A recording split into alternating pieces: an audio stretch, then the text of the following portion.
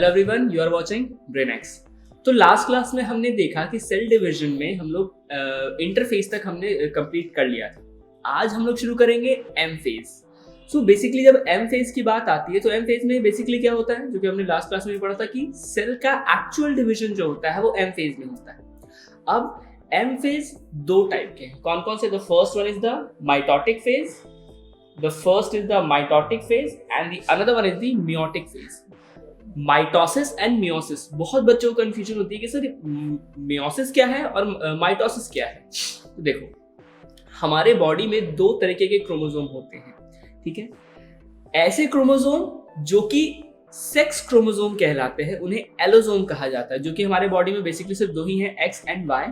And other than these sex chromosomes, बाकी के जो क्रोमोसोम हैं they are known as the autosome. अच्छा, तो ऐसे सेल्स जिनके पास ऑटोसोम प्रेजेंट हैं, ऐसे सेल्स जिनके पास ऑटोसोम प्रेजेंट है, यानी कि नॉर्मल सेल्स जो हैं उनमें माइटोसिस होता है, और जो सेक्स सेल्स हैं हमारे बॉडी में उनमें मियोटिक फेज यानी कि मियोसिस होता है। तो अगर हम देखें सेल साइकिल का जो पूरा चक्र है उसमें क्या क्या आ रहा है? G1 phase, S phase, G2 phase and M phase. तो जो इंटरफेज जो है G1 एंड G2, ये तीनों फेज दोनों ही टाइप ऑफ सेल्स में होगा, यानी कि ऑटोसोम्स और एलोसोम्स दोनों टाइप ऑफ सेल्स में ही ये तीनों इंटरफेज दोनों में होगा। लेकिन एम फेज के जो दो पार्ट्स हैं, माइटोसिस एंड मियोसिस, बस यहां पे डिफरेंस हो जाएगा बेटा कि माइटोसिस किसमें होंगे? तो ऑटोसोम्स में होंगे, और मियोसिस जो होगा वो एलोसोम्स में होगा, यानी कि सेक्स क्रोमोसोम्स में होगा। Okay, so this is the basic difference between meiosis and mitosis. Okay, और क्या होता है बेटा? तो another one is the mitosis is equational division while meiosis is reductional division. अब ये इक्वेशनल डिवीजन और रिडक्शनल डिवीजन क्या है, ये मैं पहले आपको माइटोसिस पढ़ा दूंगा, उसके बाद लास्ट में मैं आपको जरूर समझाऊंगा कि इक्वेशनल डिवीजन का एक्चुअल में मीनिंग क्या है। Okay, so let's start with our mitosis. Okay, आगे बढ़ते हैं। माइटोटिक डिवीजन की अगर हम लोग बात करें तो माइटोटिक डिवीजन दो फेजेस में बटा हुआ है। कौन कौन सा? The first one is the cytokinesis and another one is the karyokinesis. अब ये साइटोकाइनेसिस और कैरियोकाइनेसिस हैं क्या, देखते हैं बेटा। साइटो का मतलब होता है सेल, और काइनेसिस का क्या मतलब है? काइनेसिस का मतलब होता है डिवीजन। सॉरी, साइटो का यहां पे मतलब है साइटोप्लाज्म, और काइनेसिस का मतलब है डिवीजन। तो जब साइटोप्लाज्म का डिवीजन होता है उसे हम लोग साइटोकाइनेसिस कहते हैं। वाइल अगर हम लोग कैरियोकाइनेसिस की बात करें तो karyo, the word karyo means nucleus and kinesis means division. So जब न्यूक्लियस का डिवीजन होता है then it is known as the karyokinesis. तो अगर हम लोग सेल डिवीजन की बात करें तो बताओ पहले क्या आएगा? पहले कैरियोकाइनेसिस होगा या साइटोकाइनेसिस होगा? तो ऑब्वियसली सबसे पहले सेल में न्यूक्लियस डिवाइड होगा, उसके बाद साइटोप्लाज्म डिवाइड होगा। तो अगर हम लोग सीक्वेंस की बात करें तो सबसे पहले कैरियोकाइनेसिस होता है, उसके बाद फिर साइटोकाइनेसिस होता है। अब कैरियोकाइनेसिस में भी अगर हम लोग बात करें तो there are further 4 phases, 4 stage हैं जिनमें कैरियोकाइनेसिस का पूरा प्रोसेस होता है। वो कौन कौन से हैं? Prophase, metaphase, anaphase and telophase. Prophase, metaphase, anaphase and telophase. अब इन चारों स्टेज को हम लोग सीक्वेंस वाइज देखते हैं। ओके, चलो, so the first one is the karyokinesis.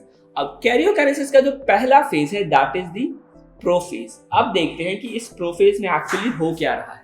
Okay, चलो देखो, this is a normal cell which is going to divide. ठीक है, अब देखो इसमें क्या क्या है। हमने देखा क्या है, हमारे पास न्यूक्लियर एनवेलप है, उसके अंदर क्या है? क्रोमोसोम है, लेकिन किस फॉर्म में है? डीकंडेंस्ड फॉर्म में, लूज फॉर्म में है, थ्रेड लाइक स्ट्रक्चर के फॉर्म में। और क्या क्या है हमारे पास? एंडोप्लाज्मिक रेटिकुलम है, गोल्गी कॉम्प्लेक्स है, माइटोकॉन्ड्रिया है, और भी बहुत सारे सेल ऑर्गेनेल्स हैं। ठीक है, कैरियोकाइनेसिस के प्रोफेज में क्या होता है? एट फर्स्ट जितने भी हमारे ये जो सेल ऑर्गेनेल्स हैं, चाहे वो माइटोकॉन्ड्रिया हो, गोल्गी बॉडीज हो, एंडोप्लाज्मिक रेटिकुलम हो, एटसेट्रा एटसेट्रा, ये सब क्या होंगे? दीज ऑल डिसअपियर, ये सारे डिसअपियर हो जाएंगे। उसके बाद क्या होगा, ये जो हमारा न्यूक्लियस का जो एनवेलप है, न्यूक्लियर एनवेलप जो है बेटा, this is our nuclear envelope, ये भी क्या हो जाएगा, डिसअपियर हो जाएगा। न्यूक्लियर एनवेलप भी डिसअपियर हो गया। उसके बाद क्या बचा, जो हमारा थ्रेड लाइक स्ट्रक्चर, यानी कि जो क्रोमोसोम जो कि थ्रेड लाइक स्ट्रक्चर में था, वो क्या हो जाएगा, वो कंडेंस करेगा। वो और क्या करेगा, कंडेंस करेगा और क्या बनाएगा, क्रोमोसोम बनाएगा। और क्रोमोसोम में भी कैसा बेटा, जो सिस्टर क्रोमैटिड्स हैं वो बनाएगा। Okay, so the chromosome comes in the forms of sister chromatids. Okay, और अब यहाँ पे एक बात ध्यान देने वाली बात है कि सारे सेल ऑर्गेनेल्स डिसअपियर हो जाते हैं except for what, this is the centriole, जिसके बारे में हमने पहले भी पढ़ा था कि बहुत इंपॉर्टेंट है, सेंट्रोसोम, सॉरी।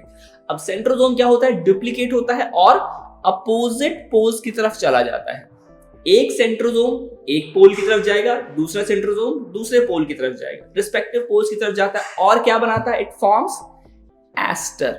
अब ये एस्टर क्या होता है बेटा, एस्टर को अगर हम लोग कॉमन टर्म्स में बोले तो ये स्टार लाइक स्ट्रक्चर बनाता है, स्टार लाइक स्ट्रक्चर। आप यहां देखें, ये देखिए, दिस इज एन एस्टर। मैं साइड में अगर बनाऊं तो दिस इज अ सेंट्रोसोम, और ये अपने हर तरफ से क्या प्रोड्यूस करता है, इट फॉर्म्स दी स्पिंडल। ये स्पिंडल का फॉर्मेशन करता है बेटा, स्पिंडल फाइबर्स बनाता है और ये ऐसा कुछ स्ट्रक्चर बनाता है जो कि स्टार लाइक अपीयरेंस देता है, जिसे हम लोग क्या कहते हैं, एस्टर कहते हैं। Okay, so aster moves to the respective poles, और ये जो एस्टर जो है वो स्पिंडल फाइबर्स बना के क्या कर रहा है, जितने भी क्रोमोसोम है उनसे अटैच हो जा रहा है। क्या हो जा रहा है, जितने भी क्रोमोसोम्स है उनसे अटैच हो जा रहा है। Okay, so this occurs in prophase. इतने को हम लोग इतना जो पूरा प्रोसेस हो रहा है, ये कौन से फेज में हो रहा है, ये प्रोफेज में हो रहा है। अच्छा, अब यहाँ पे क्वेश्चन ये आता है बेटा कि सेंट्रोसोम जो कि एक इंपॉर्टेंट ऑर्गेनल है फॉर सेल डिवीजन, मगर सेंट्रोसोम तो सिर्फ एनिमल सेल में प्रेजेंट होता है, तो फिर प्लांट सेल में क्या होता है, प्लांट सेल में तो सेंट्रोसोम होता नहीं है, तो फिर उसमें स्पिंडल फाइबर कैसे फॉर्म होता है। तो बेटा प्लांट सेल में सेंट्रोसोम एज एन ऑर्गेनल नहीं प्रेजेंट है, लेकिन सेंट्रोसोम जो प्रोटीन बना रहा है, ट्यूब्यूलिन प्रोटीन, उसको बनाने के लिए ऑलरेडी माइक्रोट्यूब्यूल्स प्रेजेंट हैं और साथ ही कुछ पर्टिकुलर एंजाइम्स प्रेजेंट होते हैं जो कि क्या फॉर्म करते हैं, an astral mitotic spindle form करते हैं। क्या फॉर्म करते हैं, एन एस्ट्रल। यहाँ पे एस्टर का फॉर्मेशन नहीं हो रहा है, that is why it is known as an astral mitotic spindle. और बाकी का जो काम जैसे एनिमल सेल में होता है, सिमिलरली प्लांट सेल में भी वैसा ही होता है। बस बेसिक डिफरेंस क्या है कि एनिमल सेल में सेंट्रोसोम माइटोटिक स्पिंडल का फॉर्मेशन कर रहा है, लेकिन प्लांट्स में माइक्रोट्यूब्यूल्स ये फॉर्मेशन कर रहे हैं। ओके, नेक्स्ट फिर आता है, नेक्स्ट इज आवर मेटाफेज। अब देखो मेटाफेज में क्या होता है, जो माइटोटिक स्पिंडल वो पूरी तरीके से फॉर्म हो चुके हैं। आप यहाँ पे देख सकते हैं प्रॉपर तरीके से माइटोटिक स्पिंडल फॉर्म हो चुका है और क्या हो रहा है, दोनों तरफ से क्रोमोसोम से ये माइटोटिक स्पिंडल अटैच हो चुका है। अभी क्या होता है कि ये जो माइटोटिक स्पिंडल है, जो फाइबर्स है, उनके बीच में क्या होता है, पुश एंड पुल का फॉर्मेशन होता है। थोड़ा सा पुश हो रहा है, थोड़ा सा पुल हो रहा है, और इसकी वजह से क्या हो रहा है, जितने भी क्रोमोसोम है वो उस सेल के इक्वेटर पे आके एक लाइन में फॉर्म कर जाते हैं, और ये जब इक्वेटर पे फॉर्म करते हैं, that is known as the metaphasic plate. क्या कहलाता है, this is known as the metaphasic plate. क्यों हो रहा है, constant push and pull of the spindle fibres की वजह से। ठीक है, इसे हम लोग क्या कहते हैं, मेटाफेजिक प्लेट। कहां पे फॉर्म हो रहा है, सेल के इक्वेटर पे फॉर्म होता है। ठीक है, और ये बात ध्यान रखना है कि मेटाफेज जो है वो क्रोमोसोम के नंबर और मॉर्फोलॉजी करने के लिए बेस्ट स्टेज है। It is the best stage to study the number and morphology of the chromosome. ठीक है, so this happens in metaphase. आगे बढ़ते हैं, सेकेंड इज दी मेटाफेज के बाद आता है एनाफेज। अब देखो क्या होता है, मेटाफेज में प्लेट बन चुका है ना। अब यहाँ पे क्या हो रहा है, जितने भी क्रोमोसोम है वो एक सेम लाइन में आके आ चुके हैं। अब क्या हो रहा है कि वो जो पुश और पुल है वो तो अभी भी चल रहे हैं, है ना। तो इसकी वजह से क्या होता है कि ये जो सिस्टर क्रोमैटिड्स जो थे आपस में जुड़े हुए from the centromere, they gets separated. Constant pull की वजह से क्या होता है, ये देखो ये आपस में सेपरेट हो जाते हैं, है ना।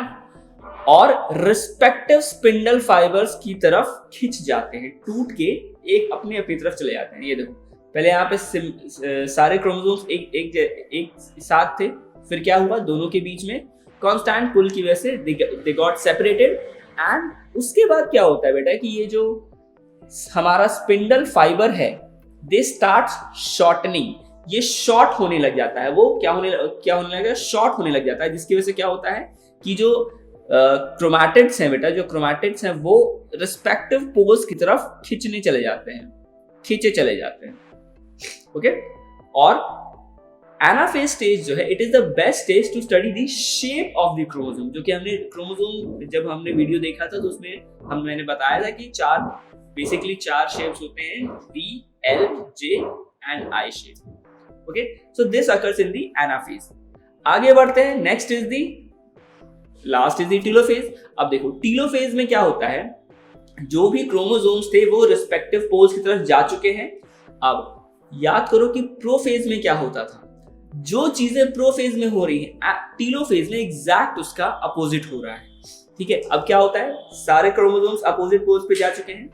प्रोफेज में जो लूज क्रोमोसोम थे वो कंडेंस हो रहे थे। अब यहां पे क्या होता है, जो कंडेंस क्रोमोसोम थे वो क्या हो जाएंगे, दोबारा से लूज हो जाएंगे, है ना, वो डीकंडेंस हो जाएंगे। ठीक है, और क्या प्रोफेज में क्या हो रहा था कि जो न्यूक्लियर एनवेलप है वो डिसअपियर हो रहा था। टीलोफेज में रिस्पेक्टिव न्यूक्लियस के पास उसका अपना जो न्यूक्लियर एनवेलप है वो रीअपियर हो जा रहा है। साथ ही साथ और क्या हो जाएगा, माइटोटिक स्पिंडल जो थे वो डिसअपियर हो जाएंगे, न्यूक्लियर एनवेलप असेंबल हो जाएगा और दो डॉटर न्यूक्लियाई का फॉर्मेशन करेगा। ये सिंगल सेल था, उसमें एक न्यूक्लियस था, और एक न्यूक्लियस से हमारे पास क्या आ गया, दो डॉटर न्यूक्लियाई आ गए। ठीक है, और क्या होगा, जितने भी सेल ऑर्गेनल्स डिसअपियर हुए थे वो क्या हो जाएंगे, यहाँ पे रीअपियर हो जाएंगे। Okay, so the cell organelles gets reappear. So इतना कुछ होता है किसमें, टीलोफेज में। तो एक बार हम लोग दोबारा से आके देख लेते हैं यहाँ पे क्या क्या हुआ। In the karyokinesis first phase क्या था, प्रोफेज में सबसे पहले क्या हुआ था, जो भी हमारा क्रोमोसोम था वो कंडेंस होके, जो हमारा क्रोमैटिन फाइबर था वो कंडेंस होके सिस्टर क्रोमैटिड्स बनाया। उसके साथ साथ क्या हुआ, जो भी हमारा न्यूक्लियर एनवेलप था डिसअपियर हो गया, जितने भी सेल ऑर्गेनल्स थे वो डिसअपियर हो गए। और क्या हुआ, जो हमारा सेंट्रोसोम था वो डुप्लीकेट होके रिस्पेक्टिव पोल्स पर गया, और साथ ही साथ उन्होंने एस्टर का फॉर्मेशन किया, स्पिंडल फाइबर्स का फॉर्मेशन हुआ, और वो स्पिंडल फाइबर्स क्रोमोसोम से जाके अटैच हो गए। फिर उसके बाद नेक्स्ट आया मेटाफेज। उसमें क्या हुआ, मेटाफेजिक प्लेट का फॉर्मेशन हुआ, जितने भी क्रोमोसोम्स थे वो इक्वेटर पे आकर अलाइन हो गए। उसके बाद नेक्स्ट आया एनाफेज फेज में क्या हुआ कि due to the constant pull of the spindle fibers, the chromosome got separated and they moved towards their respective poles. And at last, in the telophase, what happened? Everything which got disappeared in the prophase, they got reappeared. अपना खुद का nuclear envelope आ गया, जितने भी cell organs थे वो reappear हो गए, स्पिंडल फाइबर डिसअपियर हो गए। ठीक है, सो these 4 phases gets completed over here. लेकिन अभी भी सेल पूरी तरीके से डिवाइड नहीं हुआ है। अभी तक सिर्फ क्या चल रहा था, कैरियोकाइनेसिस चल रहा था, यानी कि अभी तक सिर्फ न्यूक्लियस डिवाइड हुआ है, अभी भी साइटोप्लाज्म का डिवाइड होना बाकी है। So the next step is the division of the cytoplasm which is the cytokinesis. अब देखो, जैसे ही साइटोकाइनेसिस होगा वहां पे सेल डिवीजन खत्म हो जाएगा, it marks the end of the cell division. अब देखो, जब साइटोप्लाज्म का डिवीजन होता है तो दोनों ही न्यू बॉर्न सेल्स जो हैं उनमें इक्वल डिवीजन होता है, किसका, जितने भी कंपोनेंट्स हैं उन सबका इक्वल डिवीजन होता है। ठीक है, और साइटोकाइनेसिस प्लांट्स और एनिमल्स में अलग अलग तरीके से होता है। देखते हैं कैसे। एनिमल सेल में बेटा this was the phase of telophase. फिर क्या होता है, इट फॉर्म्स अ फरो। ये साइटोप्लाज्म अंदर की तरफ डिप्रेस होने लगता है, so this is known as the furrow, और ये अंदर की तरफ हो जाता है, और एट द एंड क्या होता है, हमारे पास दो न्यूक्लियस, दो सेल्स डिवीजन हमें मिल जाता है। वाइल इन प्लांट सेल क्या होता है, एट द सेंटर एक सेल प्लेट का फॉर्मेशन होने लग जाता है। ये सेल प्लेट बनाता कौन है? तो गोल्गी बॉडीज। सेल प्लेट कौन बनाता है? तो गोल्गी बॉडीज बनाते हैं। Cell plate forms at the center and these cell plates open from inside towards the outside। ये कुछ ऐसा है तो ये अंदर से खुलने लगता है और बाहर की तरफ खुलता है, and that is how we get another two cell। So this is I guess all for today। तो यहां तक हमारा माइटोसिस खत्म हुआ है। In the next class we will discuss about the meiosis। If you have any doubt you can ask in the comment section। This was Mayank। Thank you for watching।